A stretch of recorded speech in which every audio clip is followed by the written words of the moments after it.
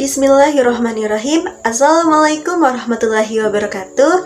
Hamdan wa syukranillah, salatan wa salaman ala rasulillah, amma ba'du. Halo teman-teman, apa kabar semuanya? Semoga kita semua senantiasa dalam keadaan sehat dan selalu dalam lindungan Allah SWT. Amin amin ya robbal alamin.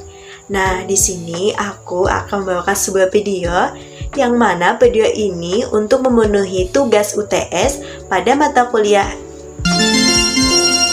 Tapi sebelum masuk ke pembahasan, mending kita kenal aja dulu ya, biar teman-teman yang nonton video ini tahu siapa nama aku dan siapa dosen pengampu mata kuliah ilmu komunikasi.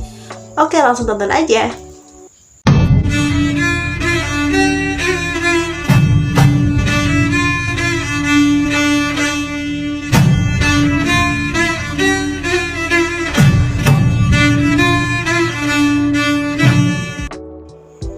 Gimana teman-teman? Kalian udah pada tahu kan siapa nama aku dan juga siapa dosen pengampu mata kuliah ilmu komunikasi.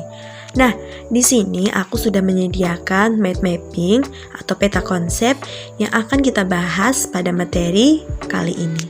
Yang pertama ada pengertian ruang lingkup hakikat, urgensi, dan relasi ilmu komunikasi dengan ilmu dakwah. Yang kedua ada proses komunikasi. Yang ketiga, ada sejarah dan perkembangan komunikasi. Yang keempat, ada prinsip komunikasi umum maupun prinsip komunikasi Islami. Yang kelima, ada model-model komunikasi. Dan yang terakhir atau yang keenam, ada jenis, bidang, dan konteks komunikasi. Langsung aja kita ke materi yang pertama, yaitu pengertian ruang lingkup, hakikat, urgensi, dan relasi ilmu komunikasi dengan ilmu dakwah. Di sini ada 3 macam yang akan aku bahas di sini. Yang pertama ada pengertian ilmu komunikasi dengan ilmu dakwah, ruang lingkup, hakikat, dan urgensi ilmu komunikasi dengan ilmu dakwah, dan yang terakhir relasi ilmu komunikasi dengan ilmu dakwah. Yang pertama ada pengertian ilmu komunikasi dengan ilmu dakwah. Jadi, komunikasi dakwah itu terdiri dari 2 kata teman-teman, yaitu komunikasi dan dakwah. Jadi, kata komunikasi atau communication dalam bahasa Inggris berasal dari kata Latin communis yang berarti sama, communication atau communicare yang berarti membuat sama, to make common. Istilah pertama, komunis, paling sering disebut sebagai asal kata komunikasi yang merupakan akar dari kata-kata Latin lainnya yang mirip. Komunikasi menyarankan bahwa suatu pikiran, suatu makna, atau suatu pesan dianut secara sama. Akan tetapi, definisi-definisi kontemporer menyarankan bahwa komunikasi merujuk pada cara berbagai hal-hal tersebut. Seperti dalam kalimat, kita berbagi pikiran, kita mendiskusikan makna, dan kita mengirimkan pesan. Jadi, secara umum, komunikasi dakwah adalah suatu penyampaian pesan dakwah yang secara sengaja dilakukan oleh komunikator atau seorang dai kepada komunikan atau mad'u dengan tujuan membuat komunikasi berperilaku tertentu. Jadi, komunikasi dakwah dapat didefinisikan sebagai proses penyampaian dan informasi Islam untuk mempengaruhi komunikan, objek, atau mad'u agar mengimani, mengilmui, mengamalkan, menyebarkan, dan membela kebenaran ajaran Islam. Selanjutnya itu ruang lingkup hakikat dan urgensi ilmu komunikasi dengan ilmu dakwah. Jadi komunikasi yang dilakukan oleh setiap orang tidak memiliki batas sehingga bisa dikatakan bahwa ruang lingkup ilmu komunikasi itu sangat luas. Dan kegiatan komunikasi itu dilakukan oleh setiap manusia setiap hari dimanapun mereka berada. Meski begitu, ruang lingkupnya masih dapat dipelajari, meliputi telaah yang digunakan untuk melihat kegiatan komunikasi setiap orang. Allah juga memberikan seperangkat potensi yang nantinya bisa digunakan untuk menyebarkan dakwah. Potensi yang dimaksud adalah kemampuan manusia untuk berbicara. Dengan kemampuan itulah diharapkan kaum muslimin bisa mengkomunikasikan syariat Islam. Dan komunikasi dalam dakwah dirumuskan salah satunya adalah komunikasi yang menyentuh hati. Jadi Rasulullah SAW adalah komunikator terbaik dalam menyampaikan pesan-pesan dakwah kepada manusia. Karenanya tidak mengherankan bahwa para sahabat beliau itu masing-masing merasa yang paling diperhatikan oleh Rasulullah. Yang ketiga adalah relasi ilmu komunikasi dengan ilmu dakwah. Nah, ilmu komunikasi merupakan disiplin ilmu yang membahas tentang manusia berkomunikasi dan berinteraksi dalam menyampaikan suatu pesan. Dakwah sendiri merupakan suatu proses interaksi dan juga terjadinya komunikasi di antara komunikator dan komunikan dalam proses berlangsungnya dakwah. Di dalam konteks dakwah, tentunya proses dakwah sendiri tidak terlepas dari beberapa unsur komunikasi, yakni adanya komunikator, komunikat, informasi atau pesan, serta media yang dapat digunakan dengan baik. Ilmu komunikasi merupakan disiplin ilmu yang memiliki kontribusi dalam perkembangan ilmu dakwah. Keberhasilan dakwah sangat ditentukan dari proses komunikasi. Dan pada dasarnya, yang membedakan antara proses komunikasi dan dakwah terletak pada pesan yang disampaikan dan tujuan yang akan dicapai. Memasuki materi yang kedua, di sini aku akan membahas proses komunikasi. Nah, di proses komunikasi ini ada 4 macam yang akan aku bahas. Yang pertama ada pengertian proses komunikasi, cara efektif dalam proses komunikasi, dan yang terakhir hambatan dalam proses komunikasi. Sebelum kita masuk ke pengertian proses komunikasi, saya mau menjelaskan dulu nih. Kita ketahui, komunikasi adalah proses penyampaian pesan oleh komunikator kepada komunikan melalui media yang menimbulkan efek tertentu. Dan komunikasi merupakan bagian terpenting dalam kehidupan untuk menyampaikan segala hal mengenai apapun kepada siapapun. Namun, di dalam berjalannya komunikasi antara satu orang dan orang lain, memungkinkan terdapat adanya kesalahpahaman ataupun ketidakselarasan antara penyampaian pesan komunikator kepada penerima komunikan. Jadi teman-teman, proses komunikasi adalah setiap langkah mulai dari saat penciptaan pesan sampai pesan tersebut dipahami oleh komunikan sehingga komunikan itu mampu memberi responnya. Jadi proses komunikasi itu mengacu pada langkah-langkah di mana komunikasi terjadi antara komunikator dan komunikan.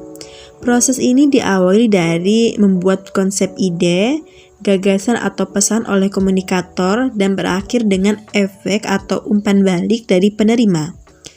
Dan pada setiap langkah tersebut terdapat unsur komunikasi. Unsur komunikasi merupakan hal-hal yang harus ada agar suatu proses komunikasi dapat berlangsung. Seperti pendapat Joseph R. Dominic secara lengkap menyebutkan adanya 8 unsur komunikasi, yaitu yang pertama ada sumber atau komunikator. Nah, komunikator adalah pihak perorangan atau kelompok maupun lembaga yang mana berbicara untuk menyampaikan pesan di dalam suatu proses komunikasi. Yang kedua ada proses mengkode. Nah, proses mengkode adalah proses sehingga suatu pesan itu menjadi siap untuk dikirim, disampaikan, atau dibicarakan. Nah, proses mengkode dilakukan oleh encoder atau komunikator dalam proses mengkode. Pesan dikemas agar mudah dipahami oleh penerima pesan. Yang ketiga ada pesan atau message. Nah, pesan adalah sesuatu yang akan disampaikan dalam proses komunikasi. Sesuatu tersebut bisa berupa informasi, teknologi, pengetahuan, sikap tertentu, opini tertentu, dan lain sebagainya. Pesan disampaikan berupa lambang-lambang yang memiliki makna atau arti, baik dalam bentuk lambang-lambang verbal maupun non-verbal. Yang keempat ada saluran atau media. Nah, saluran komunikasi adalah melalui mana suatu pesan dapat diterima oleh komunikan. Saluran komunikasi dibedakan menjadi saluran bermedia atau media komunikasi, dan saluran tanpa media. Komunikasi interpersonal, face-to-face communication, small group communication atau ceramah, dan public communication atau pidato, retorika. Sedangkan saluran bermedia terdiri dari non-media massa, berupa manusia seperti kurir dan benda seperti telepon, surat. Selanjutnya, media merupakan suatu alat atau sarana yang dapat membantu penyampaian pesan dalam proses komunikasi. Media komunikasi merupakan peralatan yang dalam penggunaannya itu dapat meningkatkan efektivitas dan efisiensi pada proses komunikasi yang berlangsung. Dan media komunikasi berfungsi untuk meningkatkan jumlah orang yang terlibat dalam proses komunikasi, bahkan dapat mengatasi batas ruang dan waktu. Yang kelima ada decoding atau proses membuka kode. Proses membuka kode adalah proses menerjemahkan suatu pesan komunikasi oleh penerima pesan. Proses ini merupakan proses di mana penerima pesan memiliki makna terhadap lambang-lambang dalam pesan komunikasi yang dikirimkan. Decoding merupakan kegiatan yang dilakukan penerima pesan untuk menafsirkan pesan-pesan yang disampaikan oleh komunikator ke dalam suatu bentuk informasi yang memiliki arti bagi penerima. Semakin tepat penerima dalam penerjemahan pesan-pesan yang diterima, maka semakin efektif komunikasi yang terjadi. Yang keenam ada komunikan.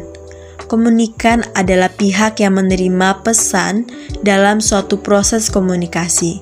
Penerima atau komunikan merupakan orang yang menerima dan menafsirkan pesan yang disampaikan oleh komunikator, baik verbal maupun non-verbal. Penerima dan sumber merupakan suatu kesatuan yang tidak dapat dipisahkan, karena setiap orang yang terlibat dalam komunikasi merupakan sumber pembicara sekaligus penerima atau pendengar. Yang ketujuh ada umpan balik atau feedback. Feedback merupakan respon atau reaksi yang diberikan penerima atau komunikan terhadap pesan yang disampaikan oleh sumber atau komunikator.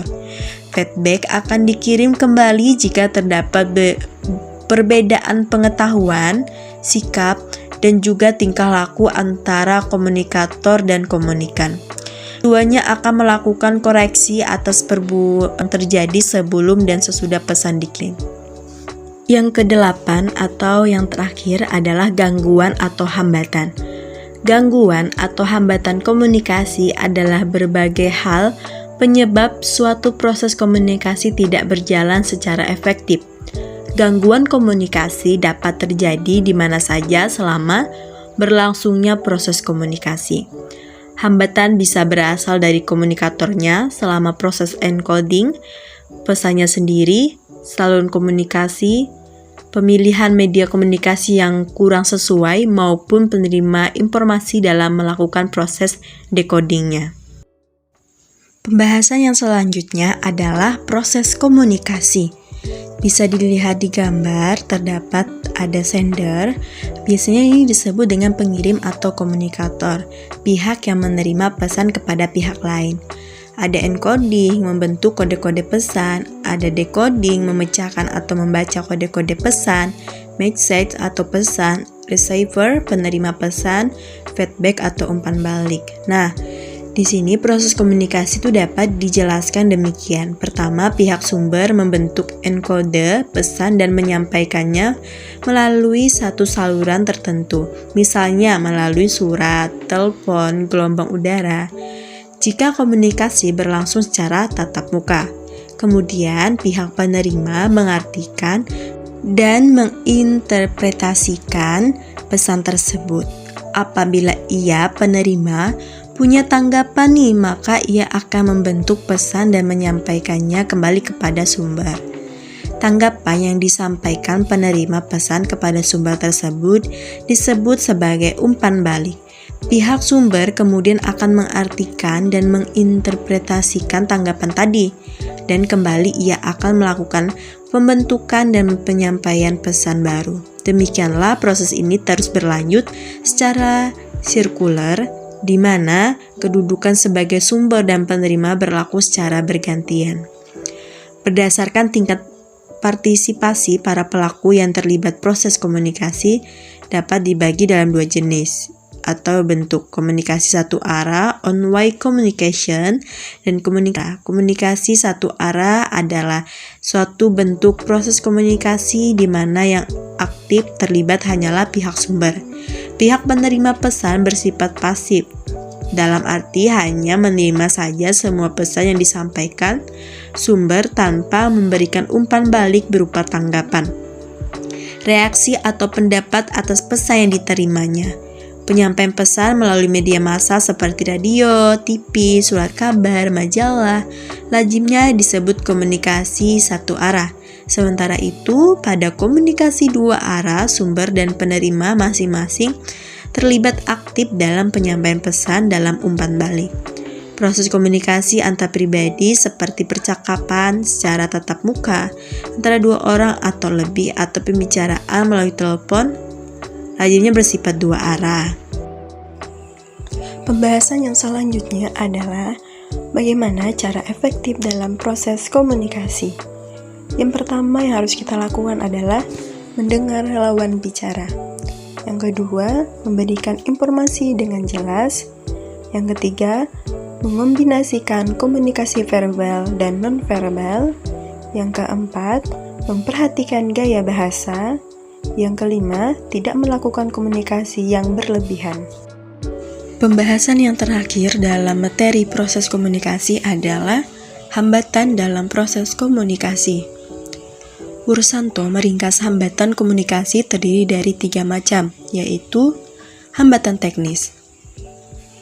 Hambatan yang bersifat teknis adalah hambatan yang disebabkan oleh berbagai faktor, seperti kurangnya sarana dan prasarana yang diperlukan dalam proses komunikasi, penguasaan teknik dan metode berkomunikasi yang tidak sesuai, kondisi fisik yang tidak memungkinkan terjadinya proses komunikasi yang dibagi menjadi kondisi fisik manusia, kondisi fisik yang berhubungan dengan waktu atau situasi keadaan, dan kondisi peralatan. Yang kedua, hambatan semantik. Hambatan yang disebabkan kesalahan dalam menafsirkan, kesalahan dalam memberikan pengertian terhadap bahasa, kata-kata, kalimat, kode-kode yang dipergunakan dalam proses komunikasi. Hambatan yang terakhir adalah hambatan perilaku. Hambatan perilaku disebut juga hambatan kemanusiaan, hambatan yang disebabkan berbagai bentuk sikap atau perilaku, baik dari komunikator maupun komunikan. Hambatan perilaku tampak dalam berbagai bentuk seperti pandangan yang sifatnya a priori, prasangka yang didasarkan pada emosi, suasana otoriter, ketidakmauan untuk berubah, sifat yang egosentris.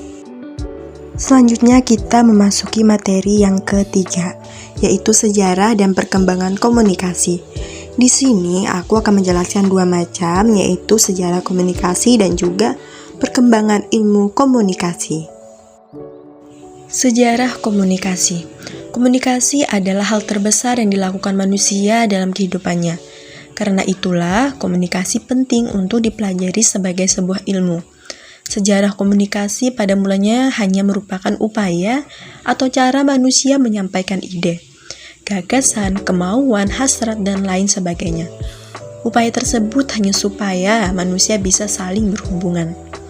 Pada waktu itu, komunikasi tidak dianggap sebagai sesuatu yang harus diberi perhatian, dikaji, atau distrukturkan. Sejarah komunikasi sama tuanya dengan sejarah kehidupan manusia.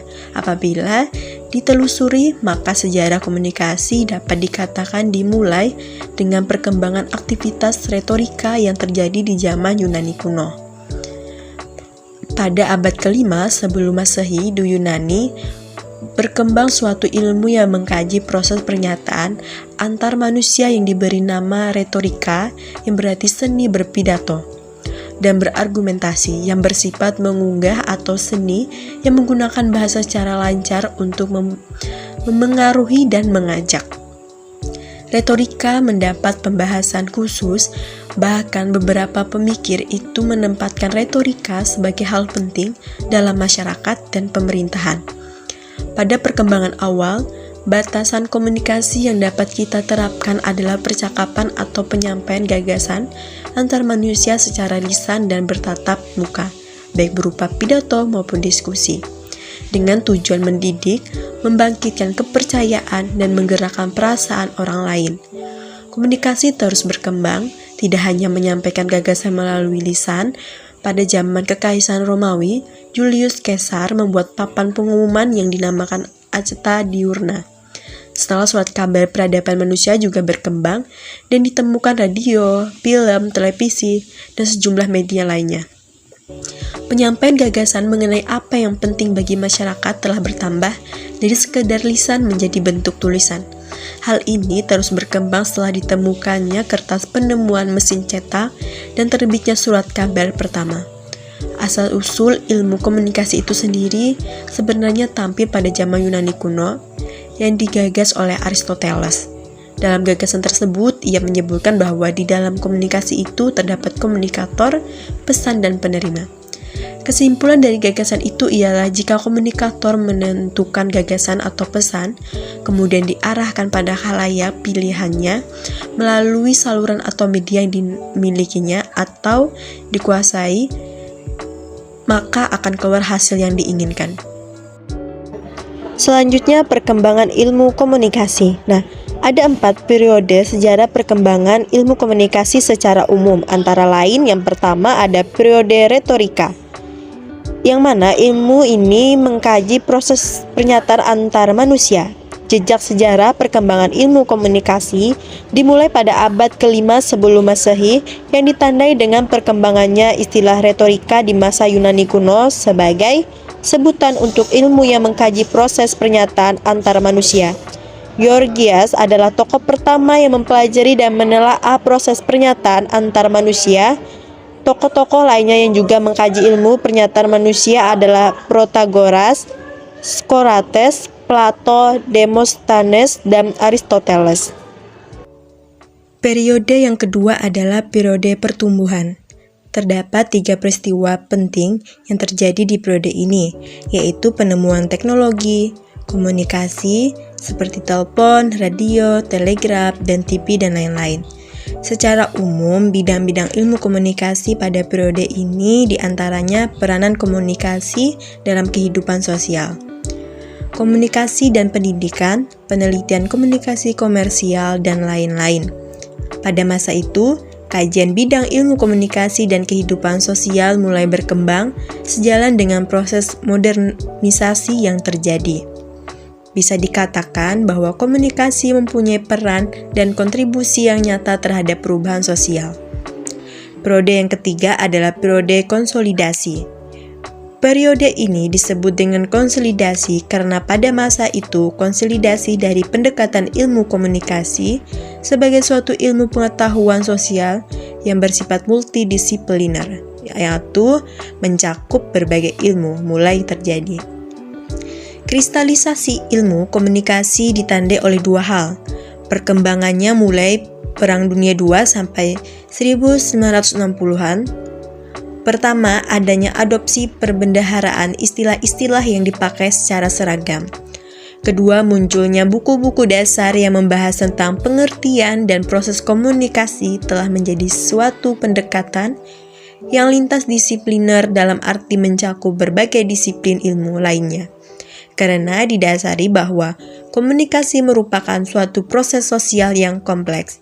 Istilah mass communication atau komunikasi massa dan communication research, penelitian komunikasi mulai banyak dipergunakan.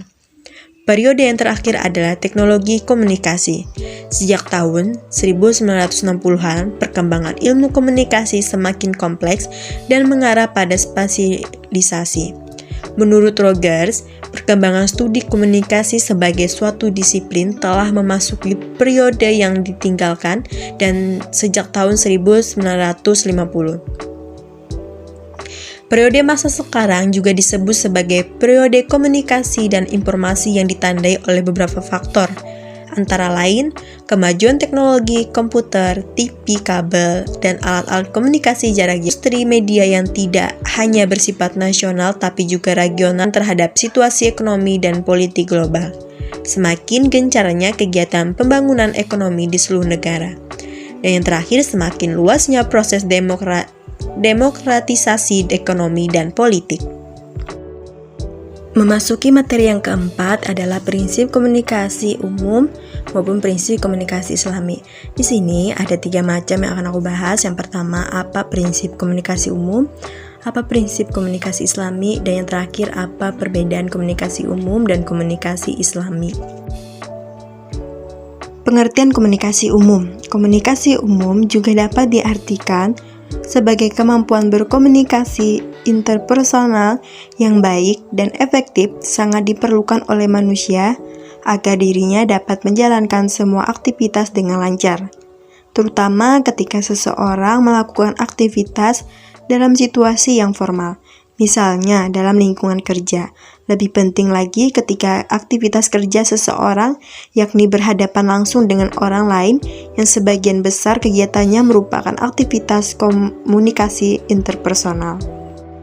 Selanjutnya ada prinsip komunikasi. Di sini ada 12 prinsip komunikasi. Yang pertama ada komunikasi adalah proses simbolik.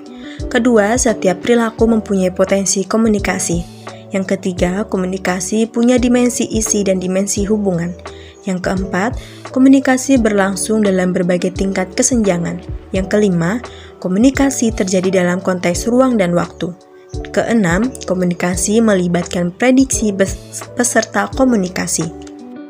Yang ketujuh, komunikasi bersifat sistemik. Yang kedelapan, pengaruh latar belakang sosial budaya terhadap efektivitas komunikasi. Kesembilan, komunikasi bersifat non-sekuensial. 10. Komunikasi bersifat prosesual, dinamis, dan transaksional. 11. Komunikasi bersifat irreversibel. 12. Komunikasi bukan panacea untuk menyelesaikan berbagai masalah. Pembahasan yang selanjutnya adalah pengertian komunikasi Islam. Komunikasi Islam adalah sistem komunikasi umat Islam. Dengan kata lain, sistem komunikasi Islam berdasarkan pada Al-Quran dan hadis Rasulullah SAW. Filosofi ini menjadi landasan sistem komunikasi Islam dan mempunyai implikasi-implikasi tertentu terhadap makna suatu proses komunikasi, model komunikasi, media massa, jurnalistik, etika, hukum, dan kebijakan media. Proses penyampaian nilai-nilai Islam dari komunikator kepada komunikan dengan menggunakan prinsip-prinsip komunikasi yang sesuai dengan Al-Quran dan hadis, yang menyuruh sesama manusia untuk menjalankan amar ma'ruf nahi munkar. Dengan kata lain, komunikasi Islam sama halnya dengan berdakwah. Dalam buku Hidayatul Mursyidin, yaitu dakwah mendorong manusia kepada kebijakan dan petunjuk, menyeru kepada yang ma'ruf dan mencegah dari yang munkar, agar memperoleh kebahagiaan hidup dunia dan akhirat. Selanjutnya ada prinsip komunikasi Islam. Di sini ada 8 prinsip komunikasi Islam. Yang pertama, qaulan sadidan, qaulan balighan, qaulan masyuran, qaulan kariman, qaulan layinan, dan yang terakhir, qaulan ma'rufan. Selanjutnya ada perbedaan komunikasi umum dan komunikasi Islami. Yang pertama, komunikasi umum. Secara umum, hakikat dari komunikasi sering diarahkan dan dipahami sebagai proses penyampaian pesan dari sender ke receiver.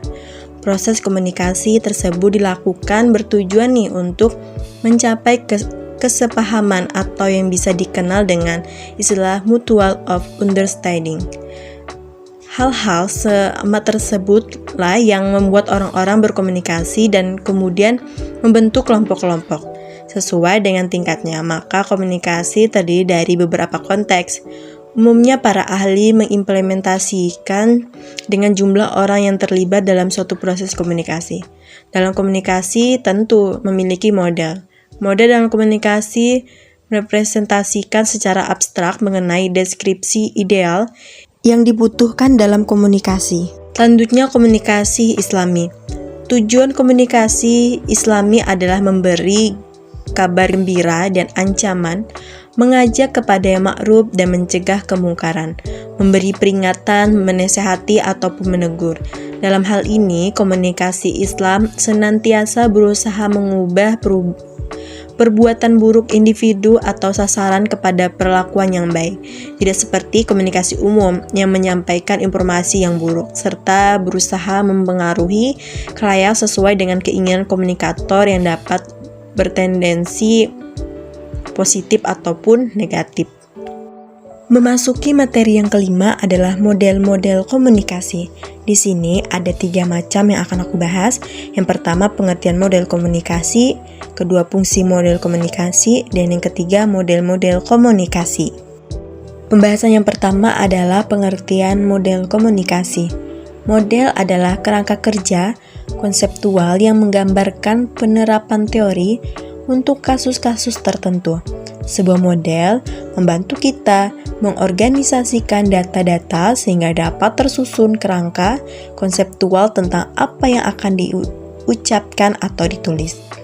Model komunikasi juga merupakan gambaran yang sederhana dari proses komunikasi yang memperlihatkan kaitan antara satu komponen komunikasi dengan komponen lainnya. Adapun menurut pendapat Sereno dan Mortensen, model komunikasi merupakan deskripsi ideal mengenai apa aja yang dibutuhkan untuk terjadinya komunikasi. Untuk terjadinya komunikasi diperlukan beberapa unsur, yaitu pengirim, penerima, pesan atau informasi, media atau sarana komunikasi, dan umpan balik atau feedback. Selanjutnya, fungsi model komunikasi.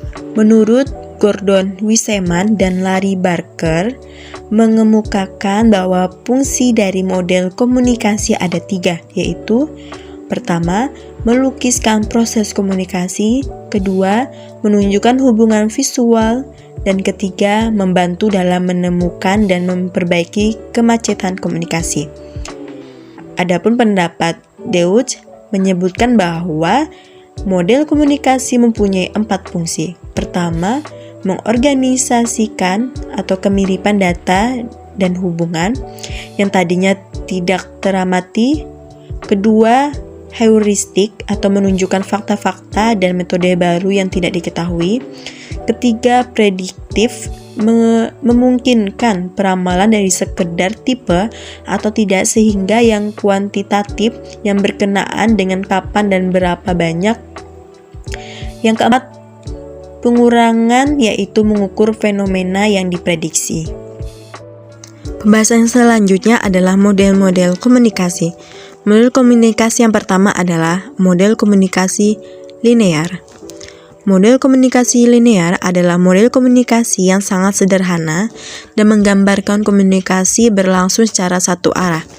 Arus pesan digambarkan bersifat langsung dari pengirim pesan ke penerima pesan. Dalam model komunikasi linear tidak terdapat konsep umpan balik dan penerimaan pesan bersifat pasif dalam penerimaan pesan. Model komunikasi yang merujuk pada model komunikasi linear diantaranya adalah model komunikasi Aristoteles, model komunikasi Laswell, model komunikasi SMCR Berlo, dan model komunikasi Shannon dan Weaver. Contohnya seorang presiden yang berpidato pada peringatan Hari Kemerdekaan. Di sini presiden sebagai komunikator yang memberikan informasi atau pesan satu arah kepada seluruh warga Indonesia yang berperan sebagai komunikan. Dalam hal ini, komunikan mendengar dan menyetujui baik dengan secara verbal ataupun nonverbal. Yang kedua ada model komunikasi transaksional. Komunikasi transaksional adalah suatu proses personal karena makna atau pemahaman yang kita peroleh pada dasarnya bersifat pribadi, hingga derajat tertentu para pelakunya sadar akan kehadiran orang lain di dekatnya, bahwa komunikasi sedang berlangsung meskipun peran pelakunya tidak dapat mengontrol sepenuhnya bagaimana orang lain di dekatnya, dan bahwa komunikasi bersifat dinamis. Contohnya, seorang yang mau potong rambut atau pelanggan yang datang akan potong rambut. Pelanggan dan tukang potong di sini bisa menjadi komunikator atau komunikan. Saat pelanggan menjadi komunikator, berarti tukang potong menjadi komunikan. Pelanggan memberikan informasi ingin memotong rambut model apa dan tukang potong mendengarkan apa yang diinginkan oleh pelanggan. Sedangkan saat tukang potong menjadi komunikator, memberikan harga kepada pelanggan dan pelanggan mendengarkan dan melaksanakan apa yang dikatakan tukang potong. Hal ini menimbulkan komunikasi yang dinamis karena komunikator dan komunikan sama-sama aktif secara dinamis. Yang ketiga, model komunikasi interaksional. Komunikasi interaksional menggambarkan komunikasi sebagai sebuah proses di mana partisipan komunikasi saling bertukar posisi sebagai pengirim pesan dan penerima pesan serta membentuk makna bersama dengan cara mengirim dan menerima umpan balik dalam konteks fisik dan psikologis. Contoh, seorang bidan yang memberikan penyuluhan kepada ibu hamil. Dalam hal ini, bidan sebagai komunikator yang memberikan pesan penyuluhan yang memberikan pesan menjaga kehamilan yang baik bagi ibu hamil, dan ibu hamil sebagai komunikan. Dalam penyuluhan itu terjadi feedback berupa pertanyaan dari ibu hamil kepada bidan. Bidan menjawab kegiatan tentang sebab akibat. Sebabnya bidan memberikan bimbingan kepada ibu hamil dan akibat ibu hamil mengetahui informasi mengenai cara menjaga kehamilan. Yang keempat, model komunikasi konvergensi. Model komunikasi konvergensi sendiri definisikan sebagai suatu proses konvergen atau memusat dengan informasi yang disepakati bersama pihak-pihak yang berkomunikasi dalam rangka mencapai pengertian. Menurut model ini, komunikasi dikatakan efektif apabila tercapai pemahaman bersama antara pelaku yang terlibat dalam komunikasi. Di sini tidak lagi dikenal istilah sumber dan penerima, tetapi lebih disebut sebagai partisipan atau pihak-pihak yang berpartisipasi. Model komunikasi yang terakhir adalah komunikasi 3 tingkat. Sama halnya seperti tangga, komunikasi memiliki tingkatan. Awal sebuah komunikasi itu adalah pada diri sendiri, lalu lanjut ke tingkatan kedua yaitu ketika kita berkomunikasi dengan orang lain, dan tingkat ketiga yaitu ketika diri kita berkomunikasi dengan beberapa individu atau massa. Memasuki materi yang keenam atau materi yang terakhir adalah jenis, bidang, dan konteks komunikasi. Di sini ada 3 macam yang akan aku bahas. Yang pertama jenis komunikasi, bidang komunikasi, dan yang terakhir konteks komunikasi. Jenis komunikasi yang pertama adalah komunikasi berdasarkan penyampaian. Pada umumnya, setiap orang dapat berkomunikasi satu sama lain karena manusia tidak hanya makhluk individu tetapi juga makhluk sosial yang selalu mempunyai kebutuhan untuk berkomunikasi dengan sesamanya. Namun, tidak semua orang terampil berkomunikasi. Oleh sebab itu, dibutuhkan beberapa cara dalam menyampaikan informasi. Berdasarkan cara penyampaian informasi dapat dibedakan menjadi 2, yaitu komunikasi verbal atau lisan yang terjadi secara langsung serta tidak dibatasi oleh jarak, di mana kedua belah pihak dapat bertatapan muka. Contohnya dialog 2 orang. Komunikasi nonverbal, tertulis, naskah yang biasanya digunakan untuk menyampaikan kabar yang bersifat kompleks. Gambar dan foto akibat tidak bisa dilukiskan dengan kata-kata atau kalimat. Yang kedua, komunikasi berdasarkan perilaku. Komunikasi berdasarkan perilaku dapat dibedakan menjadi 3, yaitu komunikasi formal, komunikasi informal, dan komunikasi nonformal. Komunikasi formal yaitu komunikasi yang terjadi di antar organisasi atau perusahaan yang tata caranya sudah diatur dalam struktur organisasi, contohnya seminar. Komunikasi informal yaitu komunikasi yang terjadi pada sebuah organisasi atau perusahaan yang tidak ditentukan dalam struktur organisasi serta tidak mendapatkan kesaksian resmi yang mungkin tidak berpengaruh kepada kepentingan organisasi atau perusahaan. Contohnya kabar burung, desas-desus, dan sebagainya. Komunikasi nonformal yaitu komunikasi yang terjadi antara komunikasi yang bersifat formal dan informal, yaitu komunikasi yang berhubungan dengan pelaksanaan tugas pekerjaan organisasi atau perusahaan dengan kegiatan yang bersifat pribadi anggota organisasi atau perusahaan tersebut. Contohnya rapat mengenai ulang tahun perusahaan. Yang ketiga, komunikasi berdasarkan kelangsungannya. Berdasarkan kelangsungannya, komunikasi dapat dibedakan menjadi komunikasi langsung, yaitu proses komunikasi dilakukan secara langsung tanpa bantuan perantara orang ketiga ataupun media komunikasi yang ada dan tidak dibatasi oleh adanya jarak. Komunikasi tidak langsung, yaitu proses komunikasi dilaksanakan dengan bantuan pihak ketiga atau bantuan alat-alat media komunikasi. Yang keempat, komunikasi berdasarkan maksud komunikasi. Berdasarkan maksud komunikasi dibedakan sebagai berikut. Contohnya berpidato, memberi ceramah, memberi perintah alias tugas.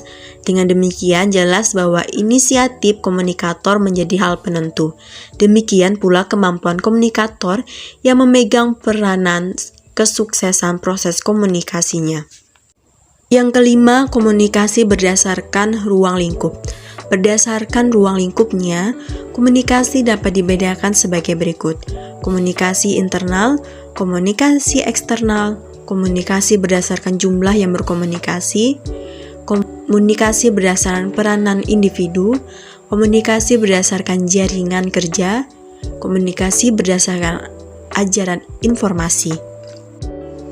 Onong Uchhyana Effendi membagi lingkup komunikasi manusia ke dalam 7 lingkup atau bidang komunikasi, antara lain komunikasi sosial, komunikasi organisasi atau manajemen, komunikasi bisnis, komunikasi politik, komunikasi internasional, komunikasi antar budaya, komunikasi pembangunan, komunikasi tradisional. Pembahasan yang terakhir adalah konteks komunikasi. Yang pertama, komunikasi intrapribadi. Komunikasi intrapribadi adalah komunikasi dengan diri sendiri. Contohnya, berpikir.